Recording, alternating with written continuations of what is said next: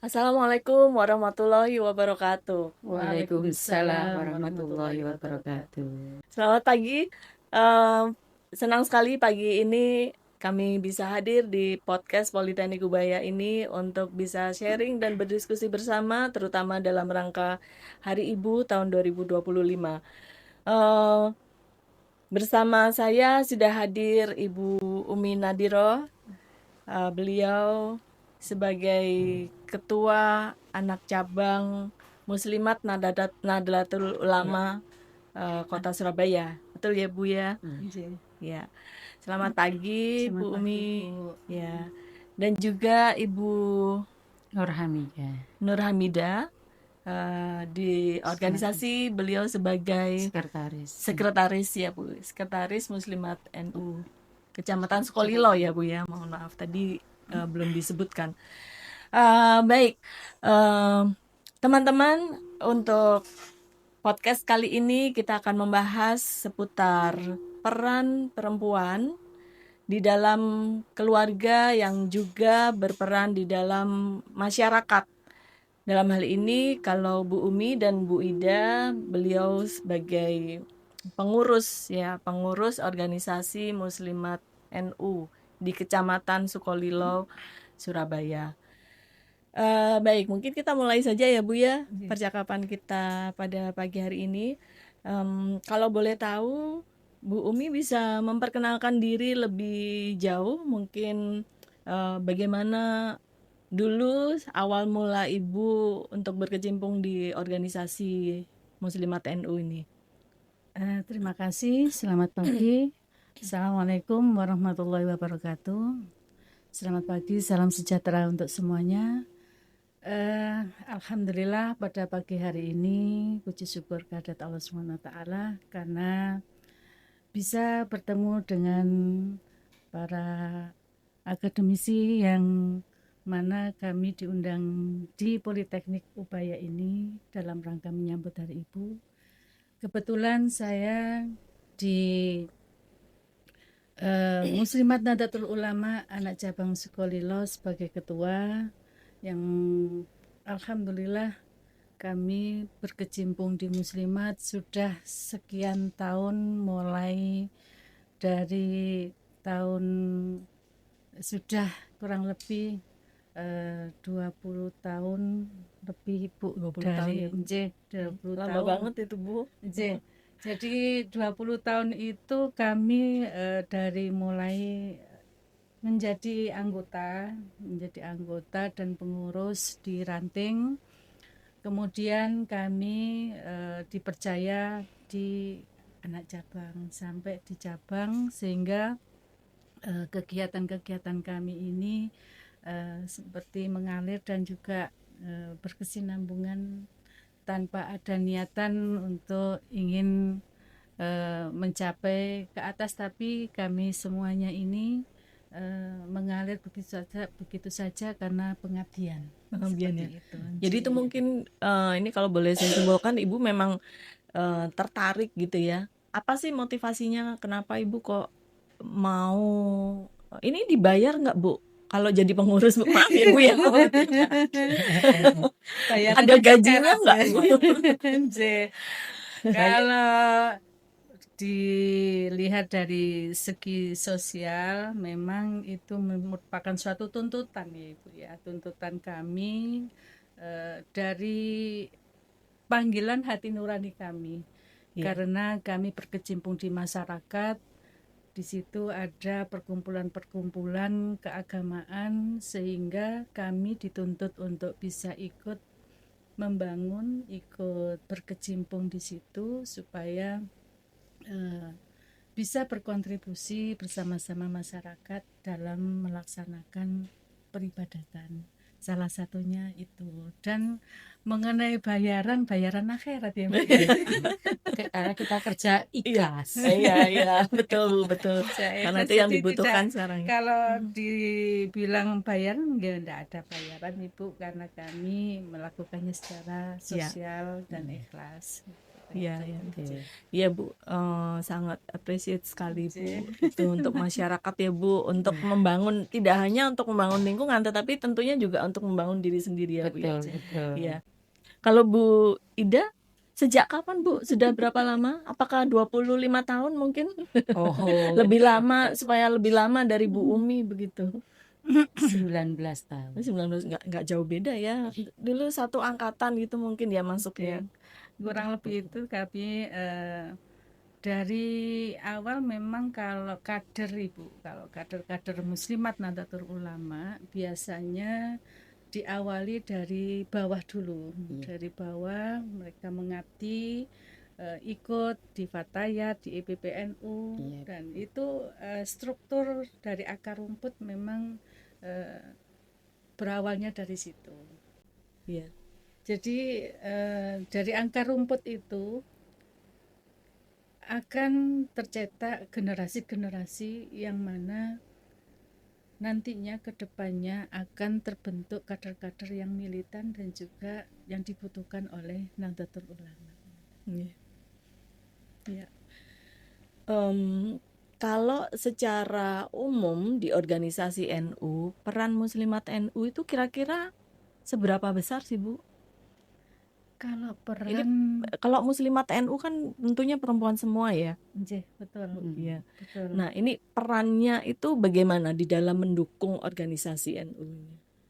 Peran Muslimat Nahdlatul NU di masyarakat ketika kami dibutuhkan di masyarakat, setidaknya kami sebagai kader yang memang harus melaksanakan apa yang menjadi kewajiban kami, sehingga segala sesuatu yang menjadi kewajiban itu salah satunya sebagai amanah untuk melaksanakan struktur, melaksanakan kegiatan-kegiatan di dalam Muslimat itu ada beberapa yang perlu kami laksanakan sesuai dengan struktur organisasi yang sudah ditentukan oleh organisasi tersebut.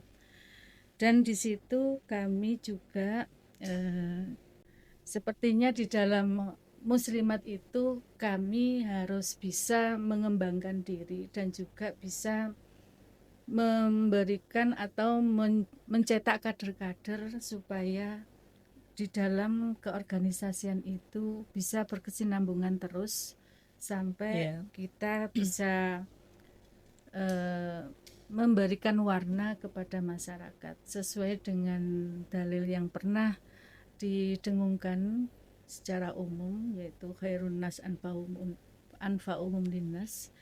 Sebaik-baik manusia adalah orang yang bermanfaat untuk orang lain. Nah, itu salah satu simbol untuk para pejuang atau para pengurus kami di dalam kepengurusan Muslimat Nahdlatul Ulama. Ya, baik, menarik sekali ya Bu ya. Lalu kalau dari organisasi NU secara umum juga, itu seberapa besar mereka memberi ruang gerak kepada Muslimat NU ini? Apakah memberi keleluasaan di dalam mengelola organisasinya sendiri atau tentunya ada aturan-aturan yang harus diikuti ya Bu ya? Ya, betul. Nah, ini sebatas apa ruang geraknya Muslimat NU ini?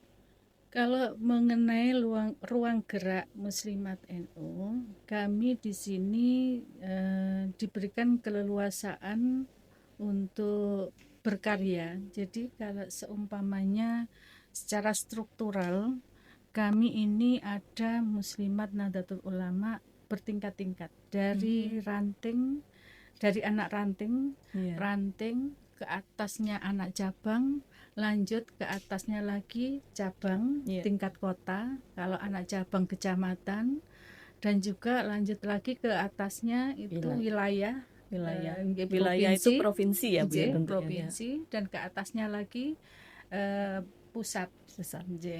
Dari situ kami ini diberikan ruang atau diberikan wewenang masing-masing dari tingkatan-tingkatan tersebut, dari tingkat kecamatan, dari tingkat kelurahan, ataupun dari tingkat kota, sehingga dari situ kami diberikan amanah supaya bisa mengelola apa yang sudah diberikan amanah tersebut dari tingkat-tingkatan tersebut. Sehingga seperti contohnya di anak cabang yang saya tangani saat ini, yaitu bagaimana caranya saya bisa memberikan kontribusi kepada masyarakat, bahwasanya cara kita mengekspresikan amanah itu sesuai dengan yang sudah ditetapkan.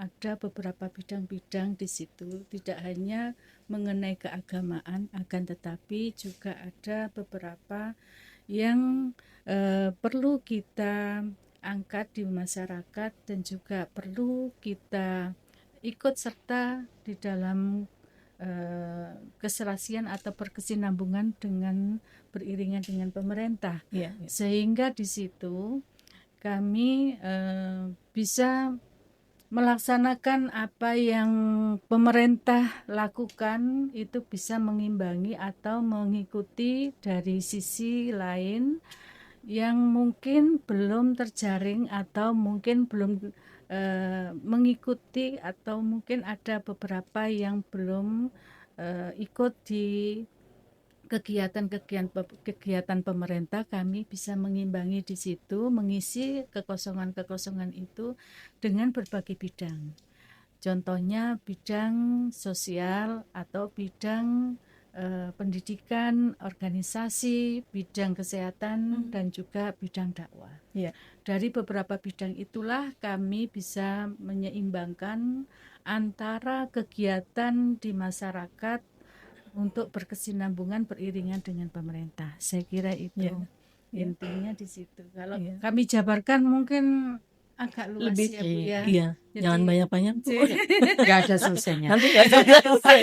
karena Podcastnya sehari-hari nanti. karena mengenai kondisi-kondisi seperti itu, kami selaku orang lapangan yang harus bisa terjun di masyarakat, harus tidak hanya secara teori, tapi kami juga harus bisa berkontribusi kepada masyarakat. Bagaimana caranya kita bisa merangkul ke bawah untuk bisa bersama-sama melangkah untuk terutamanya di Nahdlatul Ulama ini. Betul. Muslimat. Mungkin langsung terjun ke masyarakat, kemudian merangkul masyarakat untuk bersama-sama mengajukan organisasi, dan tentunya untuk bersinergi dengan pemerintah juga ya Bu ya. Betul, itu yang kami maksudkan di situ. Iya. Lalu ini Bu, ini yang mungkin juga sering menjadi concern Ibu ya, Ibu berdua, Bu Umi dan Bu Ida. Ini apa sih tantangannya ketika mengelola organisasi masyarakat ini, dalam hal ini Muslimat NU? Kira-kira tantangan terbesarnya saja Bu? Kalau tantangan terbesar kami ini secara keseluruhan, dan juga ada secara skala kecil, ada skala besar. Dalam skala kecil kami terbentur dari segi infrastruktur atau mungkin dari segi pembiayaan ya, karena kami ini swadaya. Jadi kami ini organisasi yang swadaya tanpa ada bantuan dari pemerintah. Karena apa? Kami ini berawal dari masyarakat. Swadaya di sini kami selalu memberikan kepada masyarakat secara gratis apapun itu yang bisa kami bantu untuk kepentingan senyampang atau sebatas kami bisa menyampaikan apa yang menjadi amanah dari atasan atau dari pimpinan kami, seperti itu. Jadi semuanya itu swadaya kami, jadi tidak ada yang menjadi hal-hal yang sekiranya biaya yang besar atau kendala-kendala yang besar atau bagaimana, tapi itu skala kecilnya. Itu skala besarnya ya kami harus bisa untuk berkesinambungan seperti saat ini kami bersama tim Ubaya bisa mengadakan rencana mengadakan bersama-sama peringatan Hari Ibu, sehingga nanti ke depannya bisa saling win-win solution dan juga saling bisa bersama-sama berkolaborasi memperingati Hari Ibu. Ya, Bu. Nah, ini Ibu, Bu Umi, Bu Ida sebagai seorang pengurus, aktivis dalam organisasi Muslimat NU ini tentunya juga seorang ibu ya, Bu, betul? Betul. Ya. Kalau boleh tahu putra berapa, Bu? Saya Bu Umi? 3. 3. Ibu Sudah cucu 5. Satu Bu ya. Masih kecil. enggak, semester 5. Oh, sudah kuliah juga. Iya, Kalau alhamdulillah. iya. Kalau Bu Umi?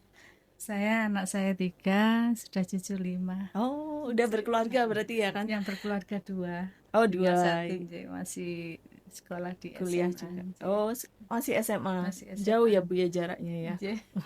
Nah, ini kan karena sudah 20 tahun, 19 tahun dan juga 20 tahun berkecimpung di organisasi Muslimat NU ini. Tentunya dulu pernah mengalami masa-masa yang struggle gitu ya, yang mungkin penuh dengan tantangan ketika mengatur waktu, tenaga dan juga pikiran tentunya di dalam mengelola organisasi, mengikuti kegiatan organisasi dan juga bagaimana mengatur keluarga atau rumah tangga. Nah, boleh Bu sedikit aja diceritakan ini tantangannya atau mungkin apa yang pernah Ibu alami ketika harus memilih antara 2 kepentingan ini ya. Ibu bersama keluarga dan juga bersama organisasi. Bagaimana caranya, kemudian mungkin diceritakan juga apa yang pernah Ibu alami yang terbesar begitu mungkin. Siap, matur nuwun Bu Novi. Tantangan yang terbesar dalam melaksanakan keorganisasian kami ini salah satunya cara membagi waktu. Cara membagi waktu. Terkadang cara membagi waktu itu antara keluarga dengan kesibukan itu merupakan suatu komitmen ya. Komitmen dalam masuk di dalam suatu organisasi. Karena bagaimanapun juga kita harus bisa menyesuaikan bagaimana kita ini melaksanakan suatu organisasi dan juga kesibukan yang menuntut kita harus lebih intens di luar dan juga keluarga. Dan dari situ tantangan terbesar justru saya harus bisa meningkatkan kualitas bisa bertemu dengan keluarga. Saya dalam hal ini menyempatkan diri di waktu pagi hari ataupun malam hari yang setelah datang dari kegiatan itu saya sedikit banyak menyempatkan diri untuk keluarga. Walaupun bercengkerama sebentar, menanyakan kepada anak dan keluarga bagaimana kondisinya, bagaimana tadi yang dikerjakan untuk anak dan sebagainya. Jadi itu merupakan suatu tantangan tersendiri bagi kami, bagaimana caranya mengatur waktu untuk berorganisasi yang selalu membutuhkan waktu banyak di luar, sehingga terkadang salah persepsi, banyak salah persepsi. Dari situ banyak muncul hal-hal yang tidak diinginkan karena waktu habis di luar.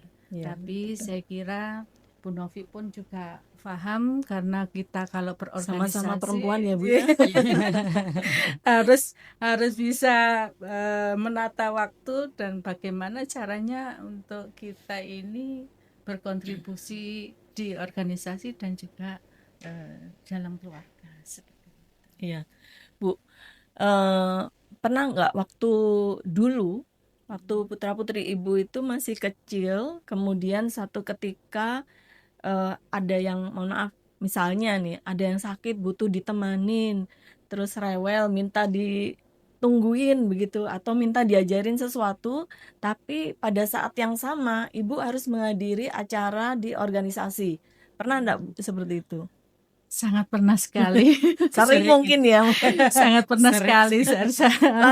Hampir itu menjadi tantangan kami. Iya ya. Terus lalu Jadi- bagaimana Bu solusinya waktu Ya, itu? alhamdulillah di situ kami itu memprioritaskan Ibu Novi, kita juga sebagai ibu harus bijaksana.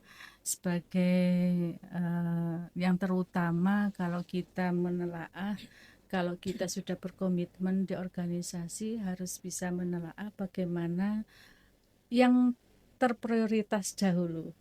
Jadi, seumpamanya kalau keluarga kondisinya membutuhkan kita, kondisi dalam hal kesehatan dan juga hal-hal yang tentu membutuhkan prioritas kami, ya kami harus bisa memprioritaskan terlebih dahulu mana yang terlebih dahulu. Akan tetapi apabila eh, di dalam keluarga itu masih bisa ditolerir dan bisa ditinggal Iya. untuk ditunda waktunya, prioritas yang utama mungkin di organisasi itu lebih membutuhkan kita, yaitu nanti kita lebih melihat dari mana prioritas yang dibutuhkan itu. Jadi Ya, tidak ya. semena-mena, tidak semata-mata kami harus ibu dulu, harus organisasi dulu. Iya. Tidak, kami fleksibel saja. dan Lihat situasi ya Bu lihat ya. situasi dan kondisinya, karena kami juga organisasi ini tidak mengikat seperti orang pegawai, Bu. Iya. Karena di pegawai kan harus setiap hari yang on time, harus jam sekian sampai jam sekian. Tapi kalau di organisasi masih bisa fleksibel kan, Bu ya. Iya, Seperti itu. Ya, Ibu berdua ini, Bu Umi dan Bu Ida ini kan juga pengusaha.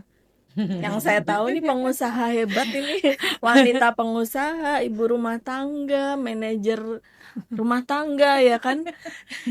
Kalau Tapi- beda ya.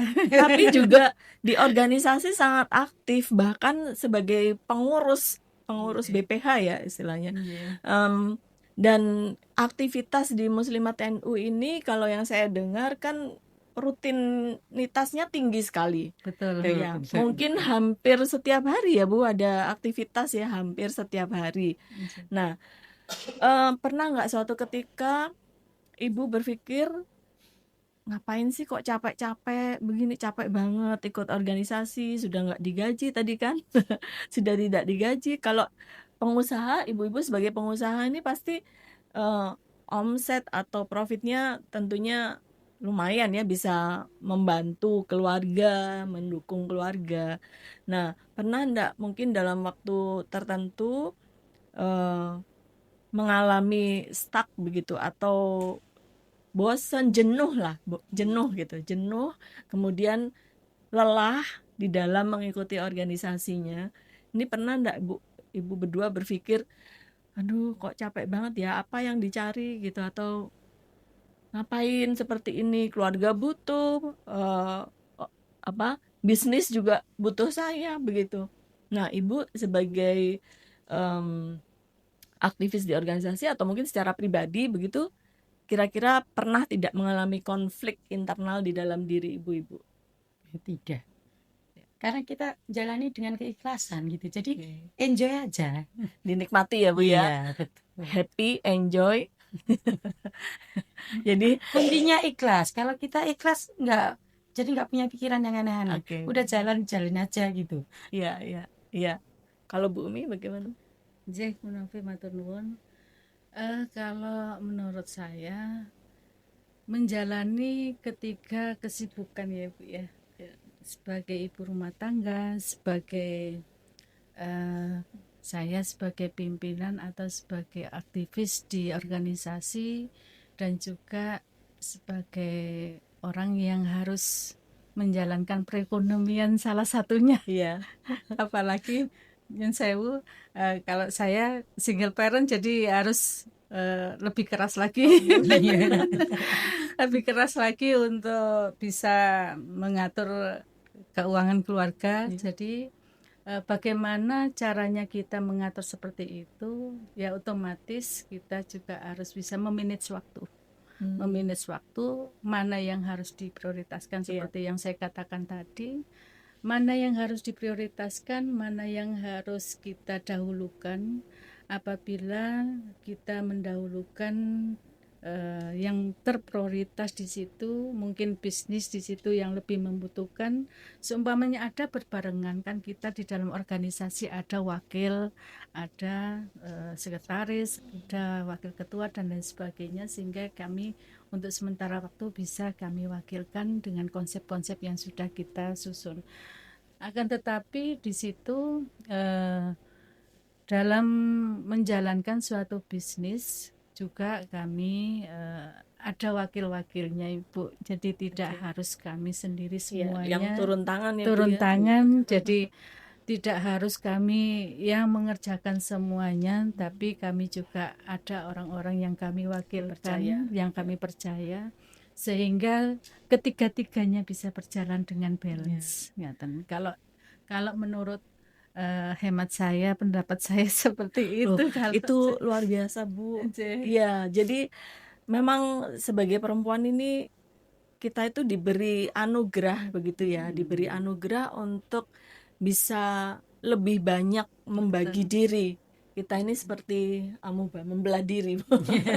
Ya, tidak hanya 2, Bu, yang dibelah ini. Jadi banyak mungkin ya yang perlu diperhatikan, itu banyak sekali. Bu, kalau anak-anak zaman sekarang itu kan mungkin berbeda dengan kita ya. Kalau kita mungkin seumuran begitu ya, kurang lebih ya. Tapi kalau menghadapi anak-anak yang sekarang, putra-putri Ibu mungkin ya, ada yang mungkin masih kuliah, itu kan masih sudah masuk di Gen Z ya kalau istilahnya sekarang. Itu mereka sangat dinamis banget kehidupannya, berbeda dengan kita yang sudah teratur, penuh dengan tekanan mungkin ya kalau dulu dari kecil ya. Jadi kalau anak-anak sekarang istilahnya itu me time, Bu. Nah, ibu-ibu pernah nggak menyediakan waktu pribadi begitu untuk ibu sendiri ya, mungkin untuk refresh dari semua kesibukan, dari rutinitas itu. Oh, saya butuh refreshment begitu, butuh penyegaran diri supaya fresh lagi, supaya utuh lagi lah, seluruh aspek yang ada di dalam diri kita itu utuh lagi supaya bisa menjalankan aktivitas dengan normal kembali begitu, dan energik serta produktif. Nah, apa yang ibu lakukan, ibu berdua lakukan untuk me time ini? Ada nggak, Bu? Punya nggak me time ini? Mungkin jalan-jalan ke mall, atau kalau bapak-bapak biasanya mungkin ada yang hobinya mancing, ada yang hobinya apa ya, nyanyi mungkin, baca buku, masak atau apa. Atau masak sudah hobi ya, Bu ya? Hobi itu pekerjaan, Bu. Bu Ida ini pengusaha catering ya. Betul. Punya enggak, Bu? Tiap hari masak, belanja kan ada sendiri ya, Bu. Ibu masak itu sebagai rutinitas, kemudian ditambah lagi berorganisasi. Punya me time enggak, Bu? Waktu pribadi begitu untuk ya santai sejenak gitu, menikmati apa sejenak gitu. Nggak ada kayaknya. Traveling mungkin, Bu? Sesekali ya. Iya ya. Keluar kota atau keluar negeri? keluar kota. Terlalu jauh. Kadang kita kalau orang-orang itu bilangnya ini mainnya kurang jauh gitu. Barangkali Bu pergi yang jauh sekalian gitu, sesekali menikmati, Bu, jerih payah kita kan sudah sibuk cari duit gitu ya, harus dinikmati juga. Itu anugerah, Bu, bisa menikmati sesuatu itu anugerah juga. Kalau Bu Umi bagaimana, Bu?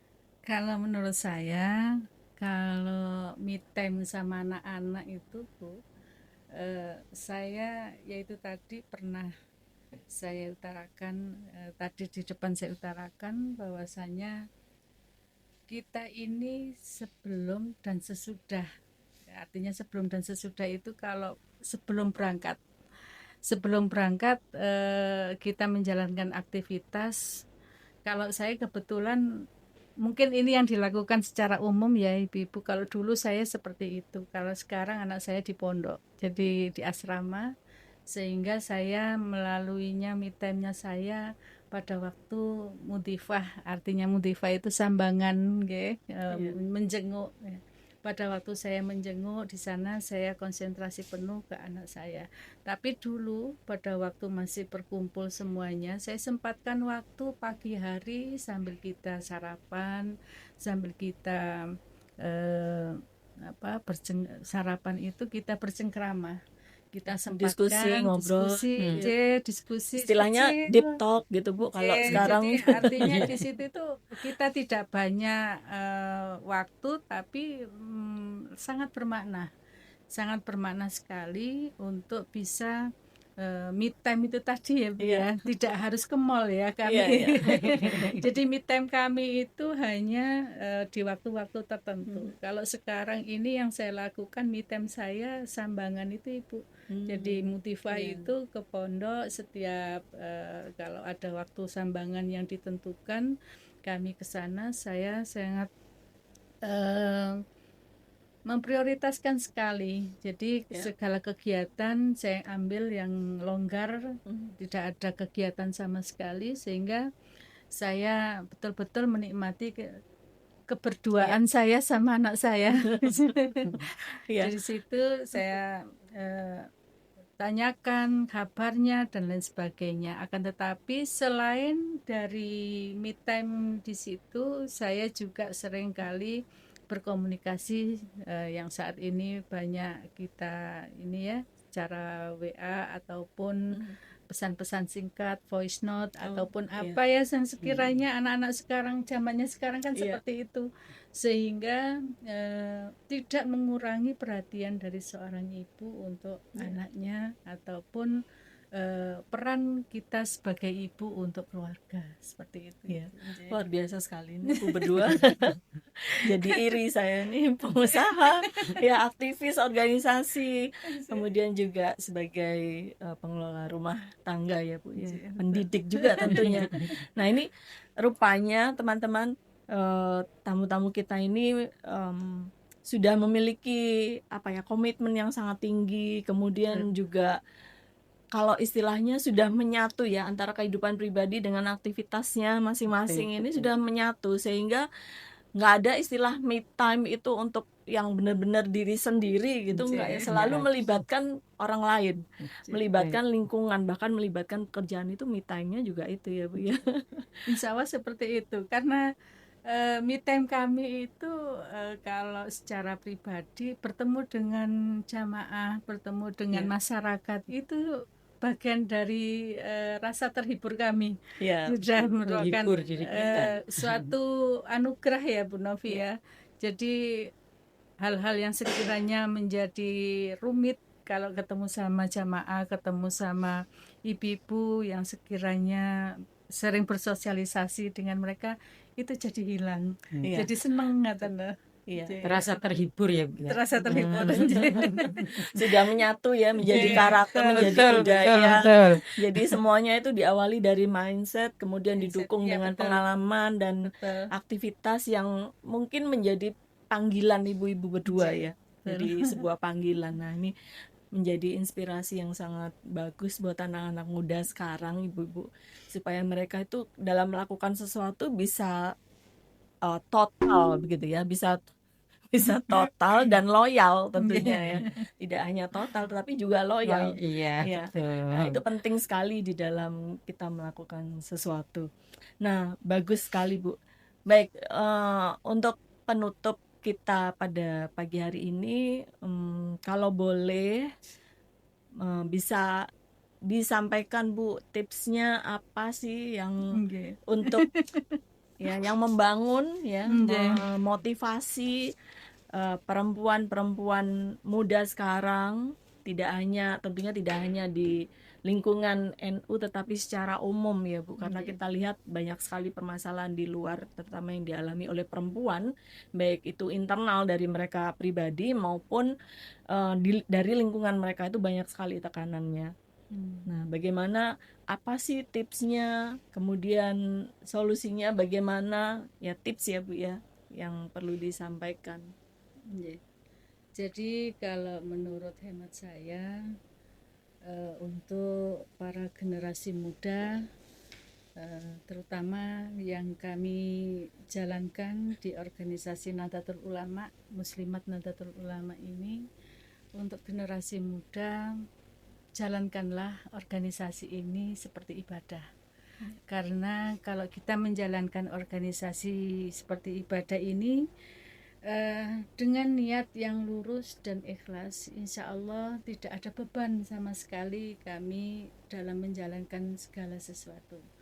Dari situ kami sebagai ibu rumah tangga tidak mengurangi daripada nilai menjalankan sebagai ibu rumah tangga, dan juga sebagai ibu yang harus siap untuk keluarga dan perekonomian, terutamanya di keluarga, salah satunya menunjang perekonomian keluarga di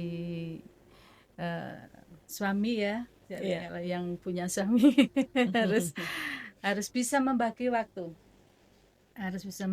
dan kami sebagai single parent juga harus bisa menata waktu, membagi waktu untuk anak-anak kita, untuk perekonomian kita, sehingga semangat itu tidak kendur dan tidak mengurangi daripada niat kita untuk berorganisasi seperti itu. Tetap Jadi, semangat, tetap jangan semangat, kendor ya Bu ya. seperti dawuhnya kita selalu mituhu dawuhnya para yai dan bunyai, selalu segala sesuatu niatkanlah dengan ibadah. Dan juga tadi sudah saya utarakan di awal, bagaimanapun juga kita ada salah satu yang di hadis itu, khairun nas anfa'uhum linnas, sebaik-baik manusia adalah yang bermanfaat untuk orang lain. Iya, baik. Iya, sangat inspiratif sekali. Mungkin dari Bu Ida ada. Sudah terwakili. Sudah terwakili ya. Iya, baik. Teman-teman podcast Poltek Ubaya, demikian perbincangan kita, diskusi kita pagi hari ini tentang perempuan ya yang inspiratif, kemudian memotivasi. Beliau-beliau berdua ini juga sebagai pengusaha, sebagai aktivis organisasi, sebagai ibu rumah tangga, sebagai pendukung keluarga, mereka tetap eksis sampai sekarang, bertahan bahkan sampai ke puncak ya Bu. Sudah ke puncak atau belum ini Bu? Sudah sampai puncak atau mungkin ada yang masih ingin dicapai lagi? Kalau Harapannya bagaimana? Kalau saya Ibu Novi, untuk hal-hal yang seperti itu tidak ada dalam pemikiran kami. Jadi mengalir saja begitu ya Bu ya? Mengalir saja, tidak ada keinginan target saya harus ini, harus itu, tidak. Harus Jadi ikhlas. Kami niatnya ini pengabdian, ikhlas. Ya. Mudah-mudahan apa yang kita kerjakan ini bermanfaat untuk yang lainnya. Ya, itu aja sih. Amin. Saya percaya kok Bu, dengan niat yang tulus, niat yang baik, kita pasti juga akan menghasilkan, berdampak menjadi baik, terutama bagi keluarga dan masyarakat ya Bu ya. Baik kaum muda, remaja, putri, mungkin ibu-ibu muda juga ya, semoga bisa terinspirasi begitu dari ibu-ibu dari Muslimat NU ini. Dan saya percaya kalau kita melakukan semuanya dengan ikhlas, dengan tulus, dan tetap punya motivasi untuk berkarya, semuanya akan mendapatkan hasil yang terbaik. Jadi kalau istilahnya hasil tidak mengkhianati terbalik ya, usaha tidak mengkhianati hasil gitu ya, proses tidak mengkhianati hasil gitu. Mohon maaf.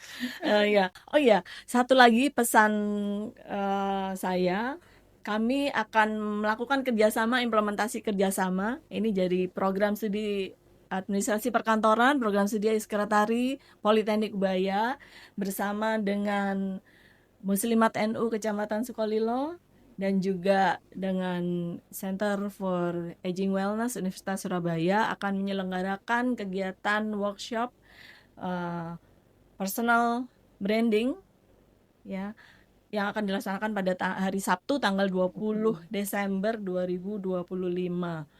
Nah, jadi ini salah satu karya yang kami kerjakan bersama. Nanti di situ juga akan ada acara-acara yang juga melibatkan pemerintah juga ya Bu ya, gitu ya. Semoga ini menjadi awal yang sangat baik buat kita semua, buat kedua belah pihak, supaya nanti ke depan bisa melakukan aktivitas yang lebih lagi dan lebih banyak masyarakat yang terlibat. gitu. Amin. Saya rasa itu saja dari kita pada pagi hari ini. Nanti kita akan lanjutkan di podcast berikutnya dengan topik yang mungkin lebih menarik ya Ibu. Ya, selamat pagi. Wassalamualaikum warahmatullahi wabarakatuh. Waalaikumsalam warahmatullahi wabarakatuh.